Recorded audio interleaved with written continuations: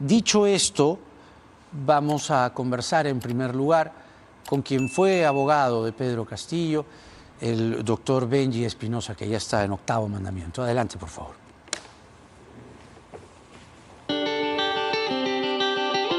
Feliz año.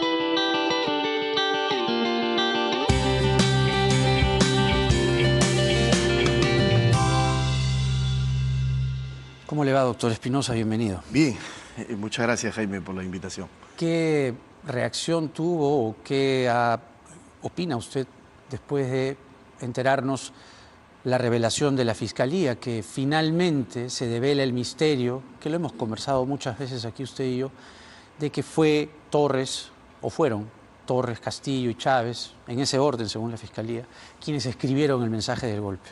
Sí, bueno, primero que no me causa sorpresa que la Fiscalía haya acusado, porque si ha pedido la prisión preventiva es porque la línea de la Fiscalía es que quiere llevar a juicio a los investigados. Segundo, me parece que hay que analizar la acusación por completo. Sin embargo, ya hacemos algunas proyecciones a partir de lo que se ha venido conociendo, por ejemplo, para discutir la prisión preventiva de Castillo. Yo mantengo una posición, tú la conoces muy bien. Yo creo que más allá de los delitos que se estén planteando y de la pena alta que se esté solicitando, que es 34 años, porque en el Perú del 2006 se aplica la sumatoria de penas con límite de 35 años, más allá de eso, yo creo que la conducta, el comportamiento, el hecho que fenomenológicamente realizó Castillo no es un hecho que encaje en la ley penal de rebelión ni de intento de rebelión. ¿Sí, no? Es un acto inconstitucional porque él tenía que haber respetado los cauces constitucionales y no lo hizo. Sin embargo, como lo mencioné también en tu programa, fue un acto preparatorio para rebelarse, pero no empezó la ejecución de la rebelión, porque la ley penal exige alzarse en armas. De hecho, así empieza el tipo penal de rebelión, el que se alce en armas. El doctor César San Martín, en una interpretación, análisis de precisamente estos artículos del Código Penal, señala que podría encajar esto, mejor dicho, es lo que yo colijo leyendo a San Martín, ¿no? Que esto podría encajar más bien en la tentativa de rebelión que se configura, dice San Martín, cuando se inician los actos de ejecución, pero no se produce un alzamiento en armas. ¿Qué le parece? Me parece que es una lectura equivocada, no la comparto respetuosamente con el juez supremo San Martín. ¿Usted se mantiene que es un acto inconstitucional que debía pasar por el Congreso como una acusación constitucional? Por una razón, porque fíjate cómo está construido el tipo penal. Dice, el que se alce en armas para deponer a un gobierno legítimamente constituido, variar la forma constitucional de gobierno. Esta última parte, o sea, la intención para, está clara en el mensaje. Pero eso es tentativa. Lo que pasa es que el tipo penal hay que leerlo desde el inicio, es el que se alce en armas para. Esa es la rebelión en sí. Entonces, claro, entonces la discusión acá es si es que la lectura del mensaje puede entenderse como el inicio de la ejecución de la rebelión, o en otras palabras, si leer el mensaje que leyó Castillo, para mí no. ¿En serio? Para mí no, por supuesto. ¿Y tú por qué renunció? Renuncié porque fue un acto inconstitucional. Claro, pero un golpe a la democracia. Pero no delictivo. No, es un golpe a la democracia, sí. Vamos a utilizar la expresión. ¿Y un golpe a la democracia no le parece algo no es igual a la rebelión. No, pero me refiero, no. Yo hablo de una expresión retórica. Un golpe a la democracia sin tanta retórica. No es un golpe a la democracia, un golpe de Estado, no es un acto delictivo, mejor dicho. Es que, a ver, vamos a ver. Que el expresidente Castillo intentaba o quería o su voluntad estaba dirigida a algo concreto, por supuesto. Yo creo que eso es evidente, creo que eso no lo vamos a discutir. Claro. Pero la ley penal, repito, dice el que se alce en armas. Y vamos a explicar la tentativa. La tentativa. Ya, vamos a la tentativa. Solamente le doy una interpretación de San Martín y usted puede responder. Él dice, ¿no? Si el alzamiento en armas no se llega a producir, pero se inician actos de inicio, de ejecución del alzamiento, eso, se estará ante una tentativa, es lo que dice aquí. Y además cita, por ejemplo, a artículo 16 del Código Penal. El artículo 16 regula la tentativa. Ahí está, pues. Está bien, pero se está aplicando mal esa categoría. ¿Tentativa qué es? Tentativa significa dos cosas muy sencillas. Empezar a ejecutar el delito y no consumarlo. Empezar la obra delictiva y no terminarla. Pero ¿cuál es el punto de referencia para determinar el inicio de la ejecución del delito? ¿Qué es lo que marca el inicio de ejecución del delito de rebelión? El alzamiento en armas. La lectura es esta. La lectura al contrario es esta. Solo si empiezo a alzarme en armas, pero no termino a alzarme en armas, hay tentativa.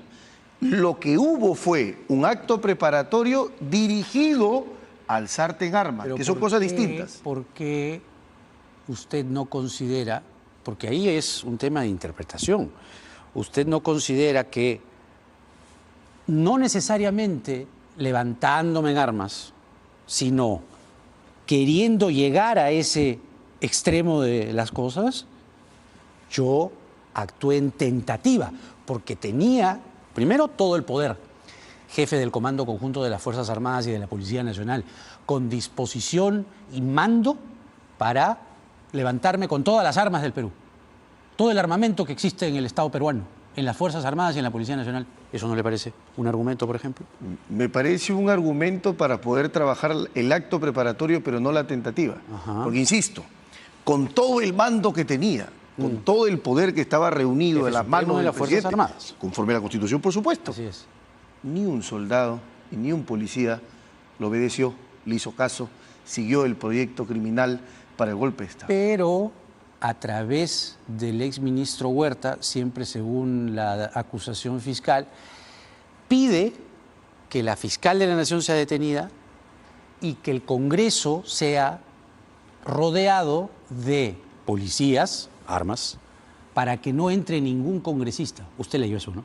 A ver, ¿Y eso qué es? vamos a entrar a esa discusión Pero que es interesante. Solo de Castillo. A ver, A ver. y la pregunta es, ¿y cuál es la fuente de eso? Un testimonio, ¿no es cierto?, que se da en el marco del proceso, pero que no es confirmado por otro dato. Entonces estamos frente a un elemento sin corroboración que no tendría base suficiente para acreditar un hecho. Por eso es que toda la discusión no ha girado en torno en relación a la llamada o a la comunicación que se hizo. Para mí habría tentativa si es que un conjunto de elementos de la policía, del ejército, en fin, de las Fuerzas Armadas, hubiesen acatado lo que decía el mensaje, hubiesen empezado, ¿no es Ahí cierto? está. ¿Qué decía el mensaje? Bueno, decía varias cosas. Decía varias cosas. Y Decía, Castillo, si daba un usted recuerda, conjunto Castillo de dijo, mensajes, de Castillo información. dijo, disparé la pistola sin balas. O sea, él pensó que tenía balas, pero no las tuvo. Eso es tentativa. Por eso es que digamos, ¿Castillo tenía la intención? Sí. Quería variar la forma constitucional. ¿Cómo se regula la intención en la ley? Tentativa, pues. No. La tentativa objetivamente es Yo quiero realizar... hacer algo. No, está bien. Pero Planeo hacer algo. yo quiero hacer algo, planeo hacer algo y empiezo a ejecutar ese algo que yo quiero y planeo hacer. Y no lo logro. No, exacto. Por eso, pero sí, lo intenté. Son tres momentos, Eso es tentativa. son tres momentos distintos. Alzamiento en armas que no hubo. Pero se quiso. Una lectura, sí, y el quiso Sí. está en los actos preparatorios. Usted mismo el lo ha dicho. mensaje son actos preparatorios. Claro. Luego sigue el inicio de la ejecución Ya. y sigue la no consumación. Entonces, lo que tenemos acá es que hubo un acto preparatorio para rebelarse, sí lo hubo. La regla en el derecho penal es que el acto preparatorio es impune, no se castiga. El acto preparatorio no se castiga. ¿Y qué se me castiga dice a partir de la del artículo tentativa. 16 del Código Penal sobre la tentativa? Habla de la tentativa, no del acto preparatorio. El acto preparatorio es que yo traigo unas cuerdas para secuestrar a Jaime Chincha. Tengo la intención de secuestrar a Jaime Chincha, pero nunca entro al set para hacerlo. ¿Me castigan como tentativa de secuestro? No. Un acto preparatorio de secuestro. Usted, Que por no es lo más mismo. que, digamos, hace esta imaginación, este supuesto de que quisiera secuestrarme, ojalá que nunca lo piense en realidad, pues yo le tengo mucha estima, ¿no? Usted no es el presidente de la República. Sí, Usted claro. es un abogado que, bueno, de pronto tiene un rapto de querer secuestrar a Jaime Chincha. Bueno, vaya usted a ver. pero usted es un abogado que con todos respetos, ¿no? Es, en fin, reputado en la sociedad, defiende aquí tal o cual, pero no es el presidente. No tiene a su mando a las tres Fuerzas Armadas y a la Policía Nacional. No es que le dice a otra persona, a un ministro, oye, detenga a tal, detenga a cual, haz esto, haz el otro, y coordina y escribe junto con Torres y con Chávez un mensaje que tiene todos los elementos de ser un mensaje golpista. A ver, fue un mensaje y fue burdamente, además, construido sin ningún tipo de planificación y coordinación. Eso es lo que demuestran las evidencias. Desde la noche, ¿no? No, es que no ha habido coordinación. Desde la si lo noche. hubiese habido, alguien le hubiese hecho caso. ¿Qué es convocar al canal del Estado, por ejemplo, para usted? Que convocar al canal del Estado es muy sencillo, es para dar un mensaje simplemente. Pero no es cualquier mensaje. No, por eso digo, lo que pasa es que no estamos discutiendo la condición de presidente y la condición de jefe supremo de las Fuerzas Armadas. Eso está en la Constitución, por supuesto. El pero no cambia. Dice qué armas son las que se usan para la rebelión. No, no lo dice. Entonces podemos interpretar otro tipo de armamento. ¿Qué tipo de armamento, por ejemplo? Una cámara puede ser un armamento. Una cámara no podría ser un armamento. Es un arma para yo llegar a todo el Perú e pretender instalar mi tentativa o mi rebelión. No puede ser un armamento porque no se hacen. Cámara puede ser un Lo que arma, pasa es que no se hacen. La rebelión no se realiza por medio de comunicación, no se realiza con discursos. La rebelión requiere actos concretos, materiales de ejecución y alzamiento en armas. Principios del siglo XX, estamos en la era tecnológica y usted bien dice que no se especifica en el Código Penal qué armamento dice el que debe ser calificado como armamento para nuestro Código Penal rebelión. Podría haber dicho el que para alzarse en armas o el que buscará alzarse en armas. Ahí yo te daría la razón, te diría, nuestro Código Penal dice el que busca alzarse en armas. El presidente probablemente buscaba alzarse en armas, el presidente tenía un objetivo, el presidente tenía una intención, pero fracasó. Y ese fracaso hace que nos quedemos en actos. Por eso es que lo más probable, ¿no?, de acuerdo a lo que estamos viendo y lo que dice el propio San Martín, ¿no?, que ha hecho una interpretación muy lúcida, es que si no hay ejecución del alzamiento, esto se constituye como una tentativa. Pero además, si el alzamiento en armas no se produce, cabe una de las formas de participación intentada, que es la conspiración, expresamente tipificada en el artículo 349 del Código Penal. Y ahí vamos a dos cosas. Primero, el artículo 16 que se cita en la jurisprudencia que has leído, conforme al 346, que es la regulación del delito de rebelión, debe entenderse de esta manera. Aun cuando esa lectura sea distinta, la lectura que yo tengo es diferente. ¿En qué sentido? En que debe entenderse el inicio de la ejecución, la tentativa, como en el inicio del lanzamiento en armas. Ahora, si queda descartada esa hipótesis, lo que está diciendo ahí es, en todo caso, hay otra participación que se castiga. ¿Y cuál es la participación que se castiga? La conspiración. Ya, está bien. Pero no puede haber una y otra cosa. Te explico, perdóname, Jaime, y te cierro esa idea. No puede haber una y otra cosa. Si tú dices que has conspirado, lo que me estás diciendo es que la conspiración es un estadio previo a ejecutar el acto. Lo que está reconociendo es que entonces nunca hubo inicio de ejecución del acto. Lo que quiero decirte es que son fórmulas excluyentes. No puede haber al mismo tiempo conspiración y tentativa, inicio de ejecución. Actos ejecutorios, ¿no? Actos ejecutorios, o sea, actos que llegan a consumar el delito o no. Por ejemplo, si llama al comandante general de la policía y pide que detengan a la fiscal, ¿es un acto ejecutorio o no? No. Hasta que el comandante general de la policía no cumple el orden, no lo es. ¿Y no es tentativa tampoco? No lo es tentativa, no es tentativa. No lo es, por supuesto. Y cuando llama al ministro del Interior y dice, por favor, no deje entrar ni salir a nadie del Congreso con los policías con armas, tampoco. Lo que se revela es que hubo una absoluta desorganización. Y había armamento en los policías, tampoco. Que los policías tienen armas. Armas que además son de los policías, que están bajo el sector interior, que es un ministerio del Poder Ejecutivo, tampoco. Pero ¿en qué momento se ha probado? ¿En qué momento se ha probado que ha habido concretamente armas dirigidas para el alzamiento que se está planteando? Ahí es la parte que la policía tiene armas es inobjetable. Por eso, pues. Pero la pregunta es, ¿quién de la policía...? Castillo era el jefe supremo del Comando Conjunto. ¿Y qué significa ser jefe supremo? Mando. Mando. Mando y ¿Y qué comando. significa? ¿Que hay obediencia por parte de los inferiores o no? Exacto. Y la pregunta es, ¿por qué no lo obedece? Al ser el jefe supremo, él tiene mando sobre ese policía y mando eventualmente sobre lo que el policía haga de acuerdo a la decisión que él le pida ejecutar con el armamento allí. Es que tiene el armamento de toda la Policía Nacional. Te digo, lo que faltó acá, en esa hipótesis, fue organización, planificación y coordinación. Lo que hubo fue una intención. O sea, hubo voluntad. Y eso no es tentativa. Pero eso no basta. Eso no basta. Y cuando yo te puse el ejemplo, usted quería que Castillo saque el ejemplo del secuestro, revólver no necesariamente, en cámara, sí, pero si es que, por ejemplo, él determina a otro a cometerlo, no estaríamos en un conjunto de responsabilidades y una obra Por eso compartida. Es que está Torres delictiva. y está Betsy Chávez también metidos en la colada. Está bien, pero la pregunta es, ellos tenían el poder, ¿no es cierto? Concretamente. van a tener el poder? Pero Aníbal Torres, ¿qué era? Un asesor. Un asesor muy influyente. Asesor que prácticamente, de la PCM. prácticamente le decía a Betsy Chávez qué hacer.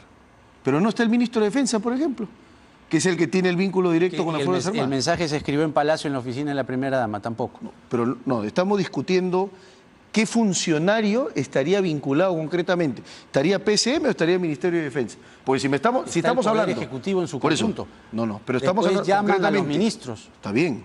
Y los ministros Pero dicen, el Poder esto es un Ejecutivo golpe, y se van. y en el ámbito del Ministerio de Defensa, donde están precisamente las Fuerzas Armadas, si no está el Ministro de Defensa, ¿por qué es? Porque no hubo ninguna coordinación. Estaba Bobbio ahí No, metido. estuvo presente, pero no está imputado. Y si es no, otra cosa. no está imputado es porque no había ninguna No, yo contesto a lo que intervención. usted dice. Por supuesto. Y si no está imputado es porque no tuvo ninguna intervención. Porque si no, en todo este tiempo de investigación lo pudieron haber involucrado y sería hoy acusado junto a los que están imputados. Por eso es que insisto, lo que hay que leer acá es la lectura de qué es la rebelión, cuándo hay tentativa de rebelión y cuándo más bien habría actos preparatorios, es lo que va a marcar finalmente las decisiones que se tomen.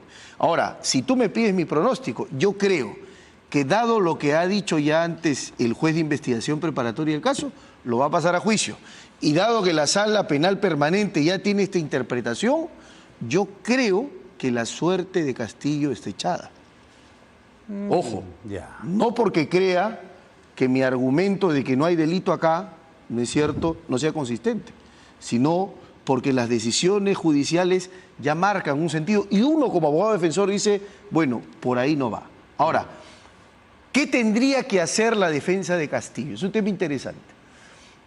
En etapa intermedia, vamos a entrar a la etapa intermedia, ya la investigación acabó, ya no hablamos de la investigación. Entramos a una etapa en donde se controla la acusación. Exacto. El juez va a decidir si el caso va a juicio, va a decidir con cuántas pruebas va a juicio, va a decidir si es que la reparación civil que se está planteando es una reparación civil adecuada o puede reducir el monto, va a decidir cuál es el título de imputación que va, autores, coautores, cómplices, va a decidir con cuánta petición de pena va a juicio. Todo eso lo decide el juez de etapa intermedia. Pasa el caso a juicio. Cuando llegue a juicio, jueces diferentes a este juez que está controlando la acusación y le dio la prisión a Castillo, 3 jueces van a conducir la etapa de juicio y vamos a determinar si se prueba o no la acusación. Y allí es muy importante que la defensa de Castillo enfile las baterías para poder contrainterrogar a los testigos que la Fiscalía ofrece como prueba de cargo. No necesariamente toda acusación termina en condena. No, claro que no. Ahora, si usted me pregunta, a mí 34 años me parece demasiado. ¿No? O sea, creo que los 25 de rebelión, si es que después de todo el juicio se llegan a establecer las responsabilidades nítidamente con lo que usted señala, llamar a los testigos, empezar a redondear el caso, me parece que 25 era suficiente, 34 suena como que no sé, un exceso. Pero bueno, yo le agradezco mucho. Gracias, Jaime. Como siempre. El punto de vista de Benji Espinosa, siempre atendido y escuchado en este programa, no necesariamente vamos a estar de acuerdo, esa es un poco la idea también.